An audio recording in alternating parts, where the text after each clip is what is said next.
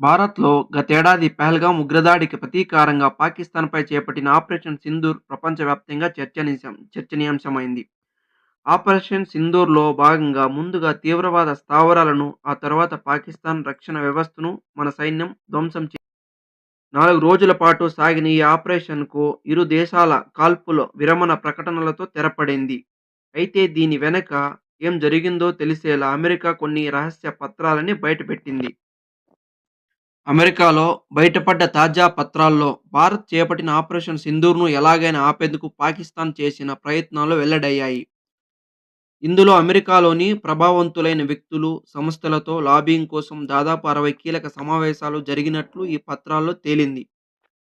అమెరికాలోని పాకిస్తాన్ దౌత్యవేత్తలు, రక్షణ అధికారులు, అమెరికా ప్రభుత్వంలో కీలక స్థానాల్లో ఉన్న వారితో 50 సమావేశాలు జరిపినట్లు తెలిసింది.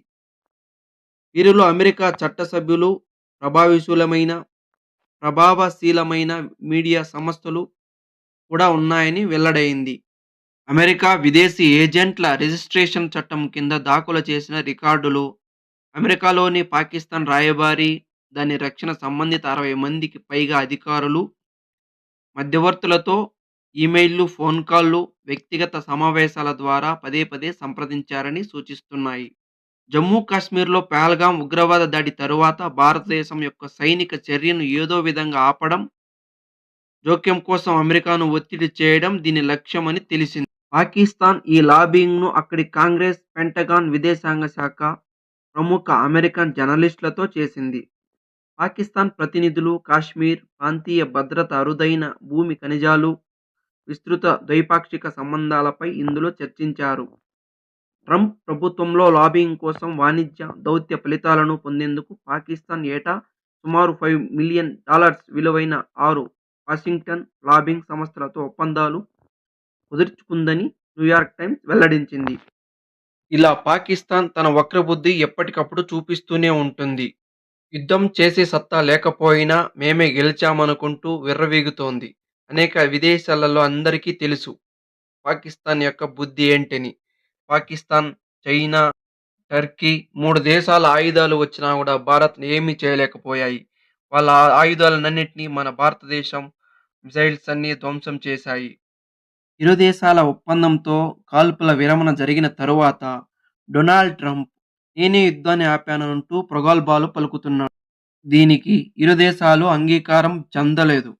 పాకిస్తాన్ యొక్క ప్రధానమంత్రి ఆసిఫ్ మునీర్ ఇద్దరూ కూడా డొనాల్డ్ ట్రంప్ వల్లే ఈ యుద్ధం ఆగిందని గొప్పగా మీడియా ముందు చెప్పుకుంటున్నారు. అనేక విదేశాలలో మీటింగుల్లో కూడా ఇలానే చెప్పుకుంటూ వెళ్ళడం. కానీ భారతదేశం ఎక్కడా ఒప్పుకోలేదు. దీనికి మధ్యవర్తిగా అమెరికా వచ్చిందని ఎక్కడా చెప్పలేదు. పాకిస్తాన్, భారతదేశం ఇరు దేశాల మధ్య ఏ ఒక్క దేశము మధ్యవర్తి ప్రయత్నం చేయలేదని చెప్తోంది. కానీ భారత్‌లో ఉన్న ప్రతిపక్ష పార్టీలు మాత్రం మన భారత్‌ను తక్కువ చేసి మాట్లాడుతున్నారు. మన పార్లమెంట్‌లోని నరేంద్ర మోదీ గారు, దునియాలో ఏ ఒక్క లీడర్ కూడా ఇరు దేశాల మధ్య మధ్యస్థం చేయలేదని చెప్పారు. మన పార్లమెంట్‌లో ప్రధాని నరేంద్ర మోదీ గారు కూడా ఈ విషయం గురించి వెల్లడించడం జరిగినది. దునియాలో ఏ ఒక్క లీడర్ కూడా ఇందులో మధ్యవర్తన లేదని తెలిపారు.